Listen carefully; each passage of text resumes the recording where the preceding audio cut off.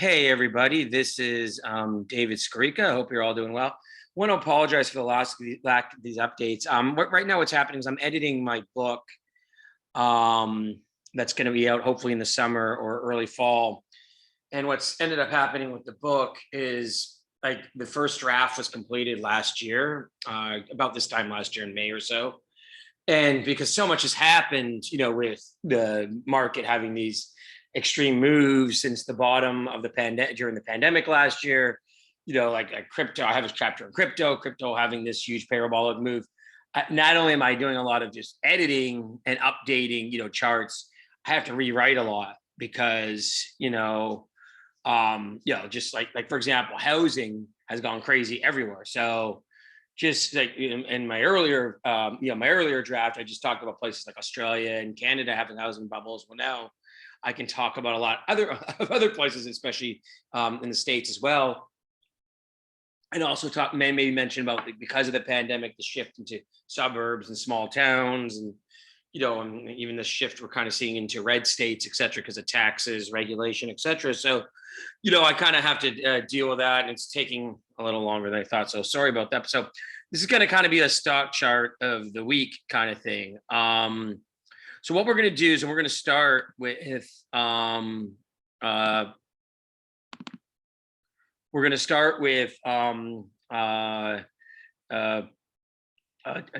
few companies that have had some great news, and then we're going to go from there. So the last company we talked about was NKG.v. They were announced 8 million for the fourth quarter. They're trying to become a 40-50 million dollar revenue company, even up to 100 million. If they can get up to 100 million, NKG.v's valuation can also increase, et cetera, as well. So that was the last thing we talked about, but there's been some great news in some of the other companies as well here. We'll start with probably one of my best performing deals, which unfortunately I personally don't really own enough of. But that's the way it goes sometimes. But I've done very well in a lot of things, so I can't complain. But this is Newfound Gold. Many of you got into a private placement last year at $1. You could have bought this when we first talked about it last year as low as $1.40. It's gone to $11.30 a share. The market cap is now north of 1.7 billion. And you can see they had 6 days ago, they announced some amazing drill results, 146 grams a ton gold over 25 meters in a 65 meters step out, and extends a high grade zone to 425 meter plunge. So really this is like world-class kind of stuff here. That's why it has an over $1 billion market cap as an exploration company. So this is some insane holes. You see the 146, the 106, so within 106 within that hole. Then a couple other great holes of 11 and 7, etc. And you can see one thing about this 146, it's a 25 meter hole, which is a huge hole, right? So that's absolutely like great stuff. I haven't seen results like this in a long while. So great for them. Great for my friend Colin Cattell, who I've always built him up. I knew when I first met this kid, this guy's going to be the next kind of Frank Justra or Stan Barty, or basically the next big guy in mining. And it looks like that's happening right now. So then his other deal, which I do own a good chunk in, Nevada King, which are, by the way, too, also already has an over 100 million market cap, 150 million, because of its huge project holding. So they announced that they're starting to drill the Atlanta gold mine, which actually I helped them acquire, which it was a past producing mine. It used to be in Meadow Bay, which is now Mountain Valley. And then also the Iron Point, which was the company that was a property they had kind of jointly when this was Victory Metals before the merger. they announced that for an exchange of shares with Ethos Gold Group, they now have the 100% interest in Iron Point, and they're going to be starting a 5,000 meter drill program as well. So these are, like I said, these are pretty large companies, very well diversified. Also have the opportunity to spin off properties in Nevada Kings. They own so many properties. I think it's already the third or fourth largest landholder in Nevada. So if we go actually looked at, because this is stock chart of the day, if we go look at the stock charts, we'll see Nevada Kings done pretty good. It sold off at first. I think some of the IPO. I'm sorry, this is Newfound Gold, which you can see has done fantastically. And then Nevada King has gone back to its highs kind of here. Went to the 70 to 80 cent range. And what happened, I think here, this is when the stock started free trading. Some people were just kind of selling as the stock came IPO. And I've sold some too, because it was an oversized position for me.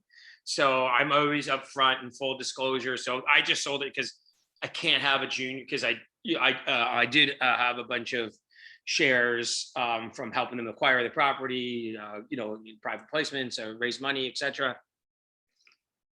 for them. I just couldn't have this much shares in one company as a part of my portfolio. So another stock which has done really well, I talked about it in the newsletter, at around 40 to 45 cents earlier in the year. And my opinion on this one is it's come off here a little bit, but it's really active. It's done exceptionally. It's gone from that 45 cents you see to north of $1.26. So I was lucky enough to buy financing when it was just at 10 cents earlier in the year. But anyhow, this is Lynx Global. It used to be Cana One, and unfortunately the chart is not in the stock charts, but you can see the huge move here. And Lynx is kind of a fintech company. They own a crypto exchange in Australia. But also what the big news is that they took a controlling interest in a bank in the Philippines. So you can see that they took over an Australian company, which has a 52% interest in Bendigo Rural Bank. So this is huge, is what they're going to do. See, where I think the future, the real opportunity, or what crypto is going to do to change our life, or blockchain, or whatever you want to call it, is actually the payment system. Now, living offshore, doing consulting with these companies, working for other companies, etc. I do a lot in bank wires, especially because like Venmo and Cash App, I can't get these things here in the Bahamas. So I kind of have to send out wires to pay for most anything. I can use PayPal, but that's about it. So, and I know wiring with the SWIFT codes or IBAN numbers, etc., is very archaic. And I just can tell you, we need a new form of payment system. There's no reason that now that we're in the 21st century, it's really a 1960s, 1970s technology. And back then it was a big deal to get a wire, and you could get the money, the next day or 2 days, business days later. But now, in this century, you really should be getting the money 5 minutes, 10 minutes, 20 minutes later. So, obviously PayPal does that, it's like almost immediately. And then, Bitcoin, the payment system, the blockchain can do that. So I think where these things will really make money is actually going into conventional banking, conventional finance, and then using these technologies for, the blockchain contracts, for insurance on that end of it, and then also obviously the payment systems. Like if I have a bank here in the Bahamas, and you're in the United States, and I want to send you a couple $1,000s for whatever reason, you send me a couple $1,000, it should boom. We should be able to log on to a kind of an online wallet. I should be able to send you the money, and it should be able to go there, within 10 minutes. So, so as you can see here, like in addition of a licensed bank with an electronic money issuer license, our Lynx financial ecosystem now enables us to offer a complete suite of payment and financial services to domestic and international enterprises. That's exactly kind of what I'm talking about, that expediting ways to collect money, to send money, etc. And I think that's where the big opportunity is going to be, because I think there's going to be crackdown on on mining for environmental concerns, which hits demand for Bitcoin because, you know, when the miners mine, they're essentially they're buying, you know, they're accumulating Bitcoin, so it's a form of demand as well. So anyhow, I think that these things are kind of going to happen. You know, and I think that is actually where the big opportunity is. And this is a very good news from the company. Now the company's had a huge run, so in the short to intermediate term, it may kind of consolidate here.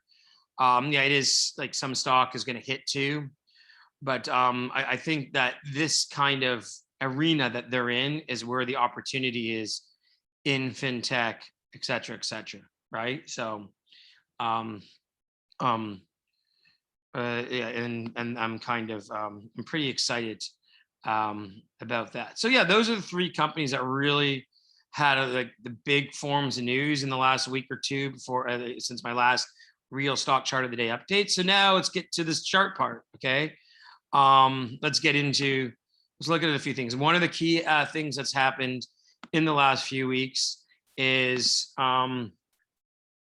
gold. We're gonna look at the GLD. Broke through, you know, 1800, actually went to 1900 briefly. It's just under 1900, and we can see this kind of breaking out of the short-term base here, breaking out of the resistance that was here. The next form of resistance is probably in that 1950 to 2000. And I think next time gold goes through 2000, it's really not going to look back. I think it's just going to just keep going higher and higher. So of course, that also meant that the GDX, you can see what this has done. This going through resistance. Let's get a longer term chart. Let's go back, say 2 years, so we can kind of see where the resistance was, etc. Yeah, you can see like we had this kind of like consolidation here, and then we broke through the downtrend, and now it looks like, you know, they're kind of consolidating here after this recent move, but I don't think any pullback here would be of a large note, and we would probably continue to move higher. And one reason, quite simply, is the US dollar has been extremely weak. We can see the US dollar is back to its lows here. The Canadian dollar, even with all the problems the Canadian economy has because of the natural resource boom, and there still is a lot of mining that goes on in Canada. You see, it's almost 83 cents. And actually, if we look at the dollar even longer term, the Canadian dollar, we're going back 17 years now, you can see we're right kind of at this resistance level here that we hit in the 2017 highs. I would say if we go through 83 or especially 84, that really breaks it.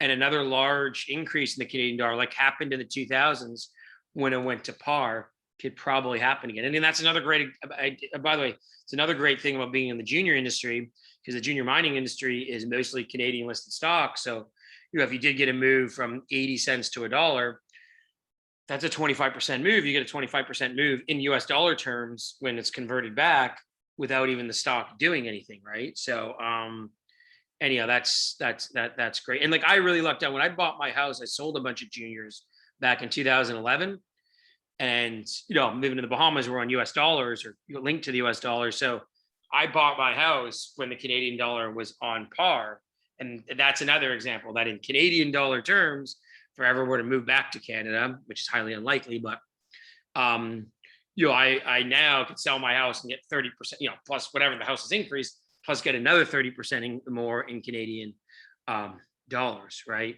By the way, my mortgage is going to be paid off in July, so I'm not selling my house anytime soon, because living debt free after 10 years of paying a mortgage and being a single guy, so doing it myself, you know, without a partner is, you know, and without a girlfriend or wife or whatever, is pretty liberating. I got 2 months left. I got June and July payments. Yeah, so that's basically, and of course, I guess I think another thing we should maybe talk about is crypto. We are back above 40,000 on Bitcoin today. Maybe looks like a short-term bounce, and we can go back to 46 or something. But we did see this big topping pattern between about 45,000 and 64,000. I should remind you that Tom Brady came in right here. Great timing, Tom. Stick to football. Anyhow, and you can see here, especially on the weekly chart, after kind of like this 12,000 representing a lot of resistance going back to 2019, this now should represent some kind of resistance here. That looks like a pretty good sized topping pattern. So, but like with that topping pattern, you know, like you said, you could still rally back to 45, 46,000 before rolling over again. So, and another difference between now and 2018 is there's way more players in the market, way more people who believe in it. So way more buying of the dip, etc. So this kind of bounce here isn't really surprising. And you know what? I do have a pretty good size position in Lynx, which I mentioned earlier.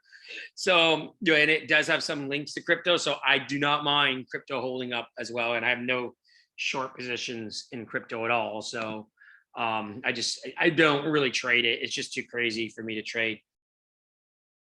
If I am going to do some crypto investments, it's going to be like I just mentioned with Lynx. I am going to, you know, buy companies that are doing something in the blockchain technology in conventional banking or conventional finance, where I think the opportunity basically is. Okay. And I guess really that's about it. I think this was a pretty good size, good update. So yeah, great news from Nevada King, Newfound Gold, and Lynx.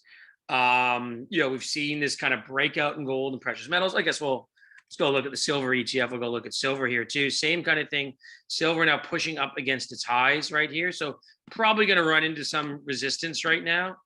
But you can see again, silver, great. This is an even better chart than gold. Great consolidation. Actually made a higher high when gold made a lower low during its consolidation, and now right back to here. So the question is, I guess if you were negative, you can say, oh, are you in a big topping pattern? And maybe there's a big flush out in the market, silver dumps like that. Or are we getting close to breaking through this resistance level of last summer and earlier in the year?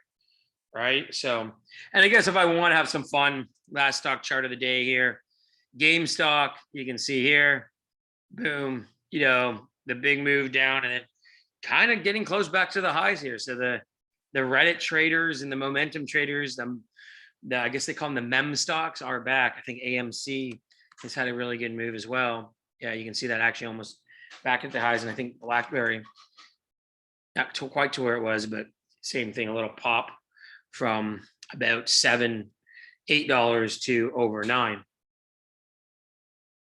So anyhow, I think that's about it. I think I'm about done for now. I think this is a good recap. I will try to do these on a more daily basis right now when companies have news as well.